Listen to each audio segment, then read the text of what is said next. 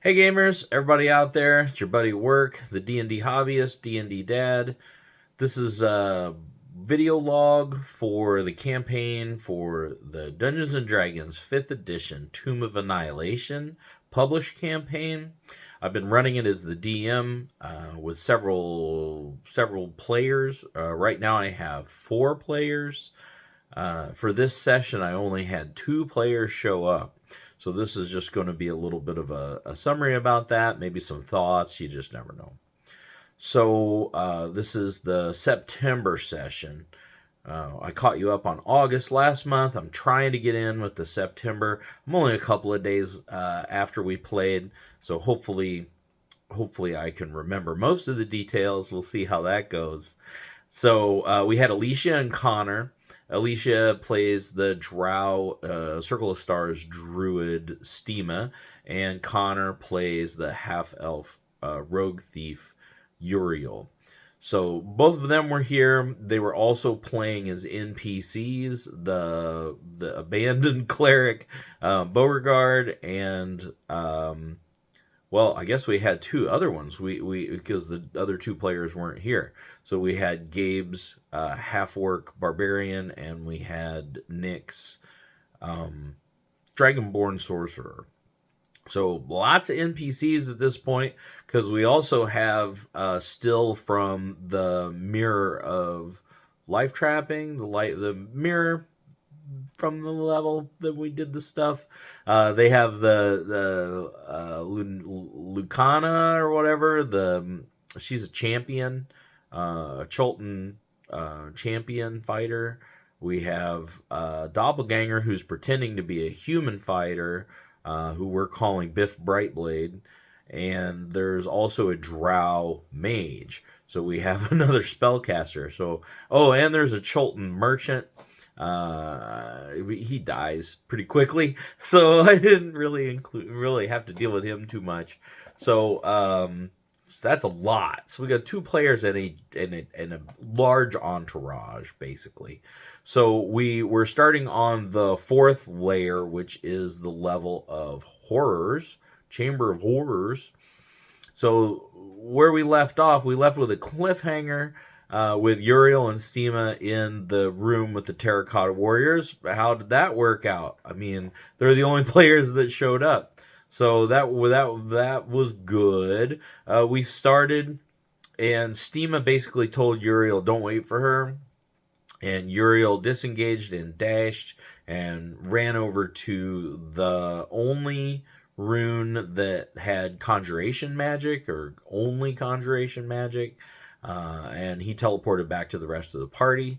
Stima transformed into a Jakuli, the flying snake, and flew over to it and also got away. She was tiny and able to fly. The ceilings in here, like most of the rooms, was 12 feet, I believe.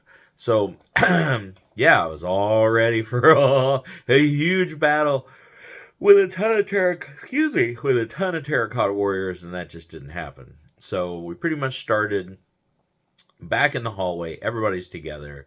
They kind of rehashed everything. They've refreshed their memory on what had happened everywhere.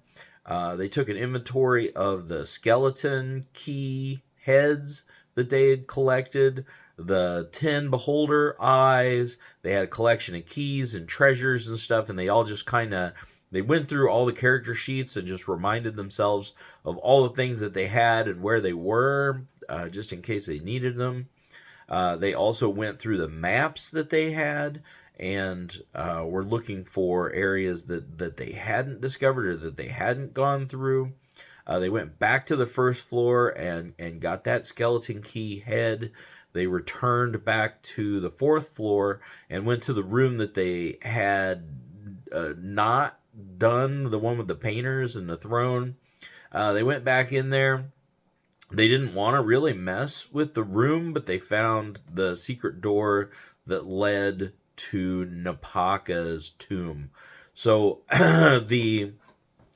the guard, Lucanu, she knew Napaka. She was the guard for Napaka. So it really, explain, she was able to read the Napaka thing. The Napaka thing was in common. The inscription on the tomb, which was very weird. Why wouldn't that be in Amuan's? Obviously, it wasn't carved by Chultan or any, so that all raised concerns that made Lucanu kind of unsettled or upset. They examined the treasure box. There's a cockroach, bejeweled treasure box. They had looked at that and they had opened that, and this was Steema. Again, Steema being very bold at doing stuff that the thief probably should be doing. Opened that up and saw the jade key and the necklace of fireballs. And whenever she picked it up, Uriel saw that the sun went from smiling to frowning. There's a sun hanging over this carved basalt sarcophagus. And saw that started to frown. Didn't say anything about it. Didn't think that was worth drawing the attention of everybody else. Okay, so she picked up the thing. The thing frowned. They're all just standing there, and they get hit with the heat. Oh, so much heat, so much damage. And they're like, so they bug out of there. And as soon as they get out of there, I say they hear, the bolts of radiant energy hitting the wall where they had walked around. So it's it's hitting the wall and cracking and popping as the stone the moisture in the stone exploded, and then it's a good thing that they left, or they would have been taking a lot of some kind of hot damage. So they had the jade key and they had the necklace of fireballs. They were super excited about the necklace of fireballs, not knowing that it's cursed and it's going to explode as soon as you put it on. So they decided that they were done with this level. They thought about jumping down through the pit where the four-armed gargoyles all were. There's two still in there. But they decided that probably wasn't the most strategic way to enter the level. So they went back to Wither's staircase, which in my mind, I'm like, once you found this staircase, that should be the only way that you're traveling between levels. That's the way the boss man got around. That's the way you should probably get around. Like, it's going to take you in the back door. You're going to see behind the curtain. Like, that's what I would do. But for whatever reason, they still took like the main stairway for pretty much every level. I think the second or third level, they took the staircase, but everything else was right down the middle. It's gluttons for punishment, I suppose. So they go down the spiral staircase. Now they're on the level, the Gears of Hate. So I prepared for this one. I watched several people explaining how to run it. I went through it a couple of times. I didn't put a lot of practical prep into it. I did mostly like mental prep and going through it and reading it a couple times. They were a lot of people were warning, warn your players. This is a puzzle room, a level. It's like a puzzle. Not everybody gets it. It's very difficult. Like, maybe want to approach this a little bit differently. Blah blah blah blah blah. I gave them a little qualifier. They were like, okay, cool. So, they went down the staircase. They come out of the door. They're on the lake. They're looking at the boats. They're using detect magic on everything. Like, they really thought like it looked cool. They liked the layout. They liked the phosphorescent lights. They liked the big cogs and everything. Their main thing was they didn't know exactly where to go, but they quickly decided to go back in the door and down the attached hallway there. So whenever they went through the door, I asked if they did anything to keep the door open, which of course, since I asked, they did. They were out on the dock there, and they figured out that the winch would raise and lower the cage. They knew the cage had transmutation magic. like they were just really trying to take it all in. Now while they were there, because they were, when they moved the winch, the aboleth that hides in the lake could hear it and comes to investigate. So I said while they were on the water, I gave them perceptions to see that the slimy water underneath the dock became a little more slimy. They didn't see it. I gave them. They were doing really poorly on the rolls periodically. Most of the time they do really well. They were hit and miss, hit and miss, hit and miss. Connor at one point retired a dice because he was having such a bad time. But so I rolled to see who got contacted telepathically. It was Uriel, the thief. Now he has a ring of mind shielding with an elf in it. So whenever someone tries to contact him telepathically, the elf says, Uriel, you're being contacted telepathically. Should we allow the connection? It's like a little advisor or whatever. So he says, yeah. Well, where's the harm? Where's the harm in just randomly allowing stuff to contact my brain? So this aboleth contacts him, and I flipped a coin, and it was the little girl. So I said, you can hear it, and it sounds like a little girl. Ask him for help. And he asked, where are you? And she was like, oh, I've been so alone for so long. It's so dark and cold. All of this, I need your help, blah, blah, blah, blah, blah. And he's like, we're heroes. We'll help you. Just tell us where you are. We're happy to help. And she's like, I'm in the water, but you shouldn't come down here. It's very dangerous. And he's like, okay, it's dangerous in the water. That's good to know. But we want to help you. Can we get in the cage and help you that way? And she's like, well, you could get in the cage. And is hemming and hawing. So whenever she says that she's in the water, he starts looking in the water. So I gave him an active perception, and he sees the aboleth. He sees that thing, but he doesn't know what it is. He doesn't tell everybody else what it is. He's still got this telepathic connection to this thing. So he's like, I don't really want to get in the water with that thing. I think this is probably a trap. I think it's luring me in, which is not exactly what's going on, but it's kind of what's going on. So he, since he's already been talking to the elven advisor in his ring. It kind of reminded him that elven advisor was there. So he says, hey, dude, in the ring, do you know anything? Because the guy in the ring used to be an adventurer. He went on a bunch of adventures with some companions. He knew a couple of different things. He knew the name Acererak, so that's the way that I was able to give him a little bit of lore from Acererak. I said that this guy had known, he got third-hand information about this Acererak from some people that were going to the Tomb of Horrors on Greyhawk. So that was the other thing, was that I said that this guy was like a plane jumper. He'd been to Greyhawk, he'd been to Dragonlance, he'd been to Sigil, or Sigil, whatever, Planescape, he'd been around.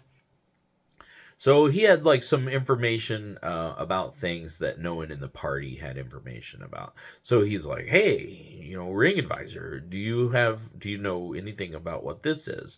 And I rolled for that, and he rolled really well. I'm like, that's an aboleth.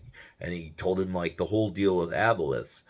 And I'd actually done a little bit of research on aboleths before we started Tomb of Annihilation. When I had the player Riley, she was a wizard she was archaeology background, and she was into aboleths.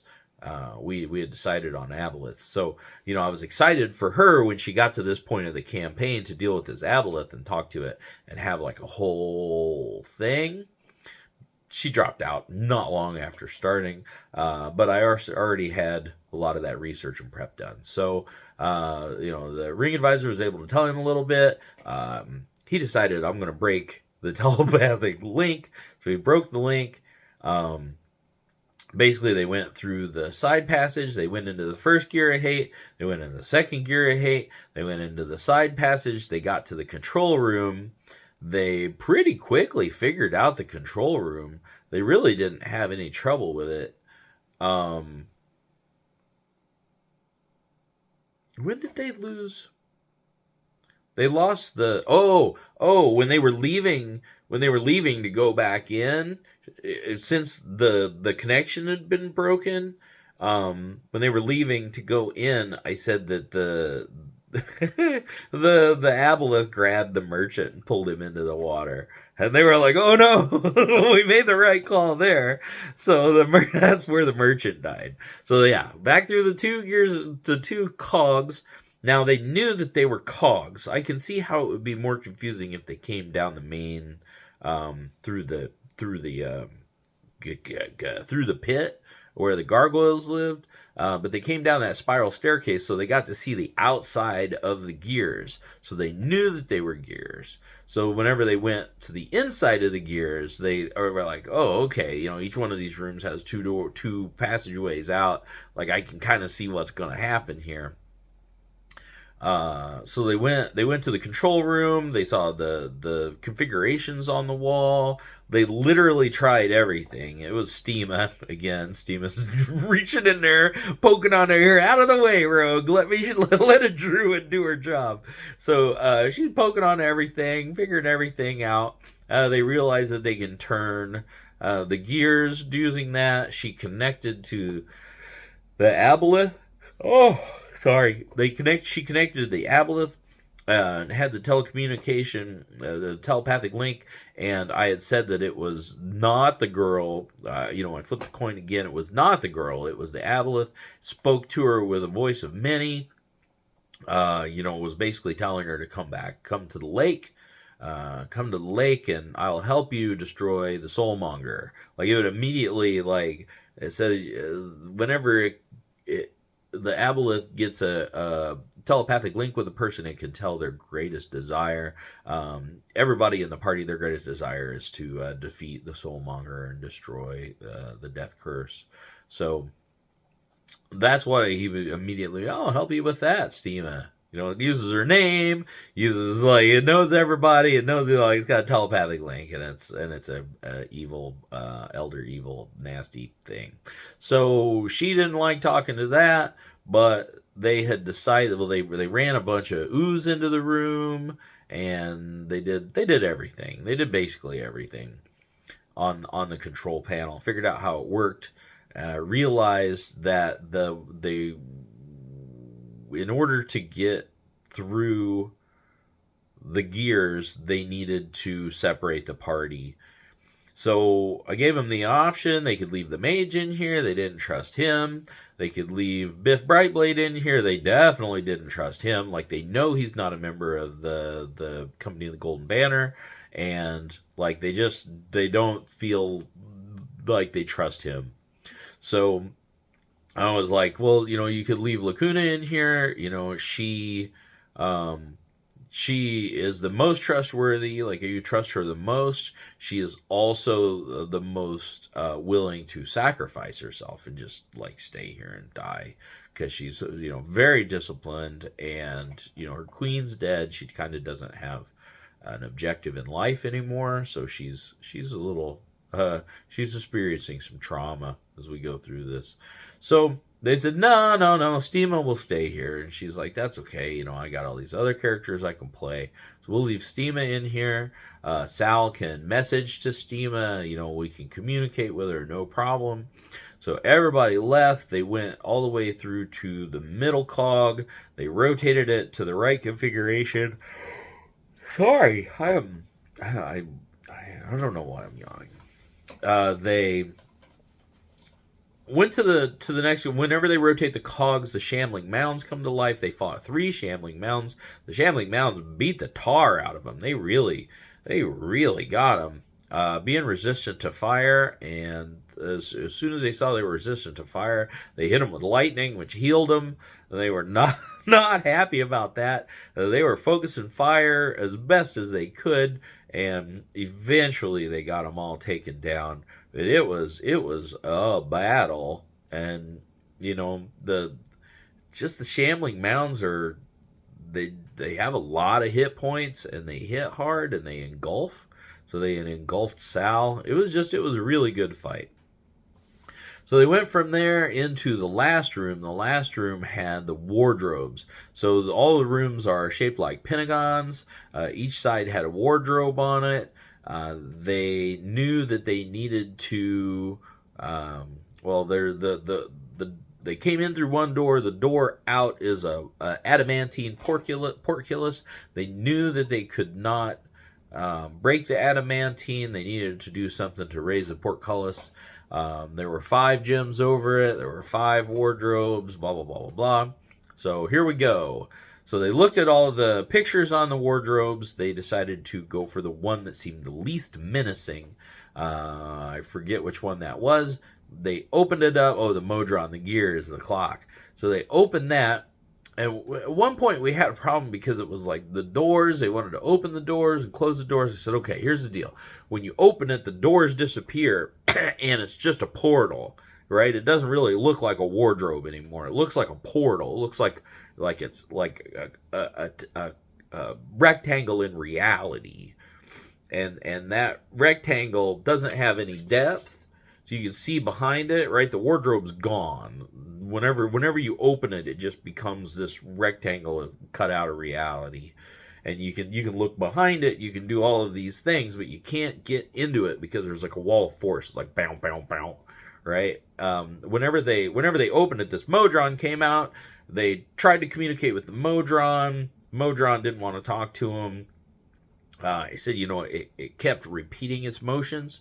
So like when it realized it couldn't go back through the door, it was looking at them, and it would look from one person to the other, and then back to the first person, and go through one person to the other, and then back to the first, right? So it had like once it figured out what to do, it would keep doing that same thing over and over again, because that's what, in my mind, a very simple, very lawful creature would do. Right? So it's monodrone. It should really only be doing kind of like one thing and trying to do that one thing over and over again, but that just doesn't really work in like a reality. So they didn't want to kill it. They couldn't figure out what to do if they didn't kill it. And they were hemming and hawing and trying to figure stuff out.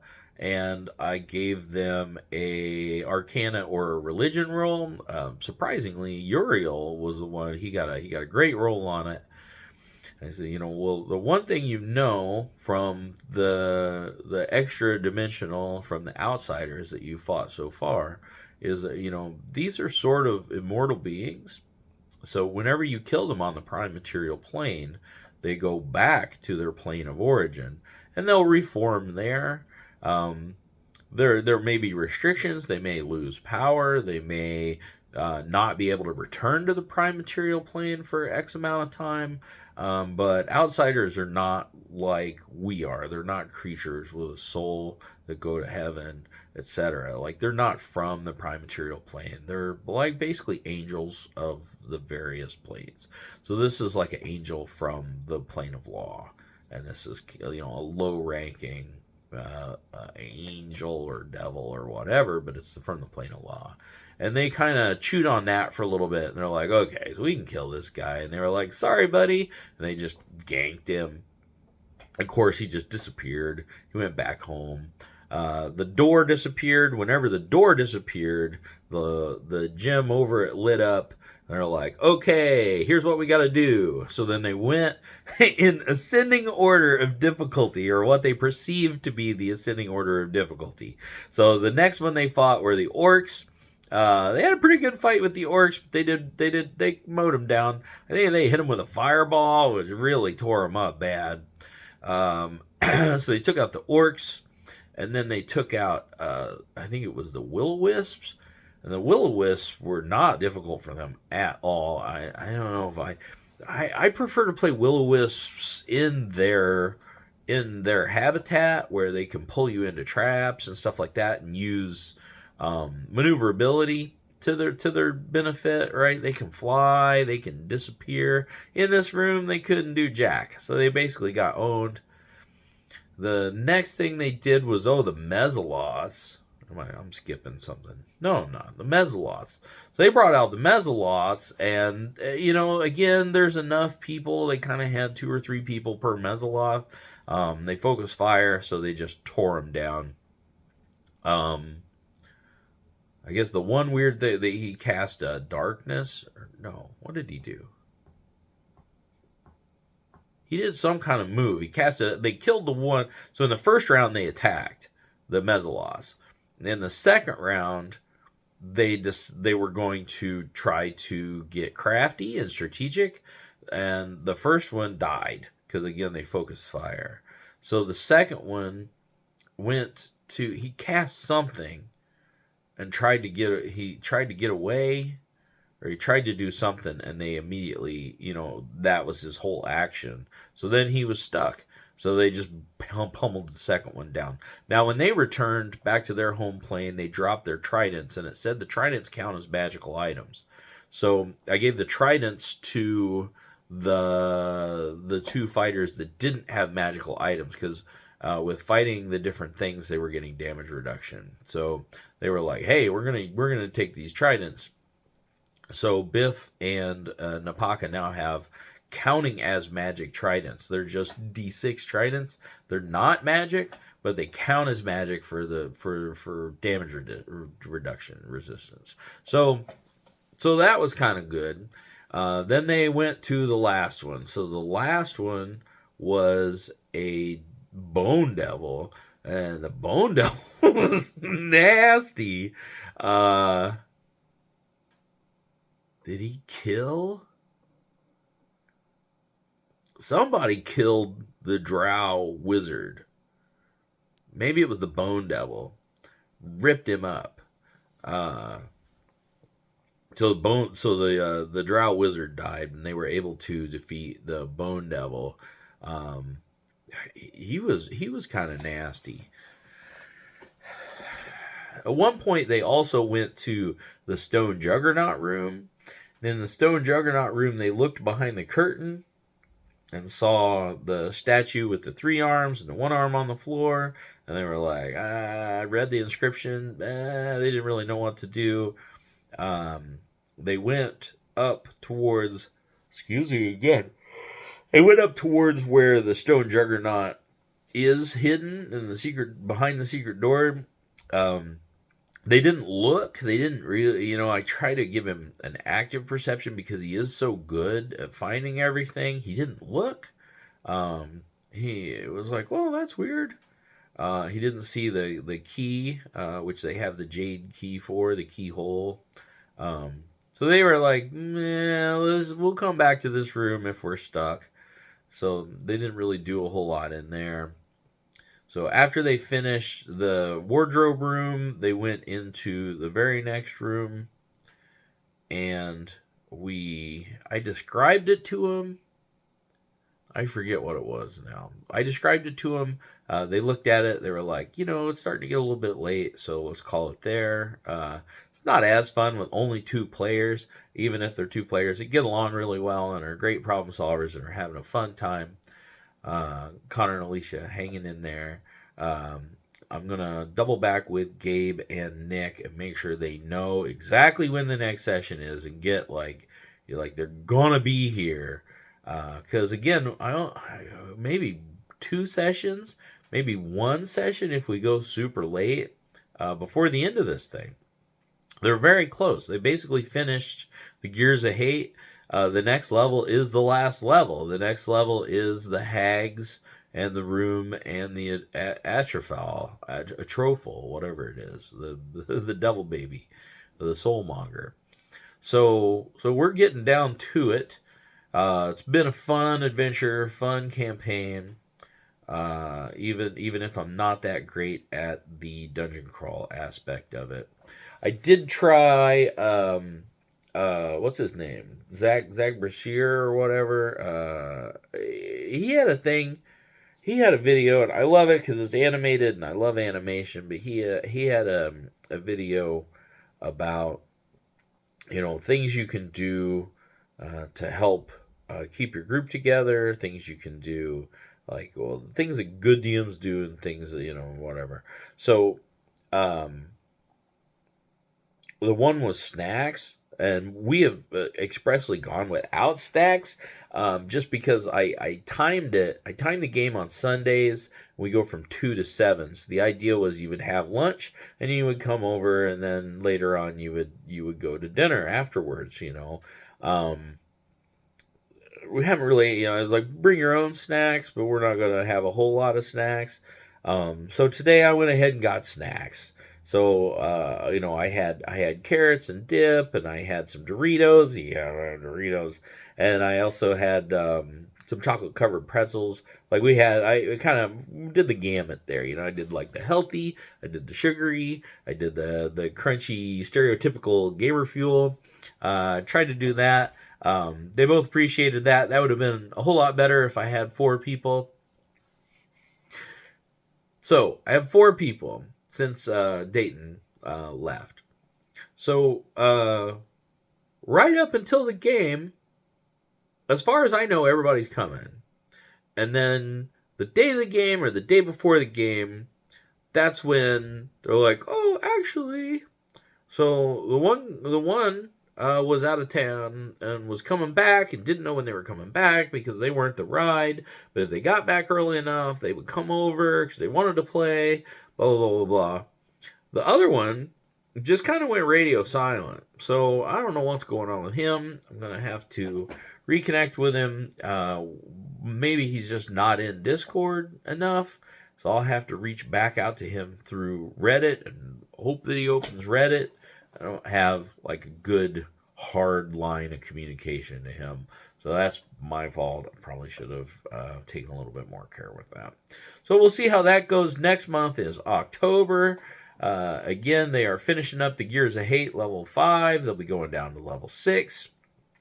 If they get another rest, they'll be leveling again. Then that'll put them up to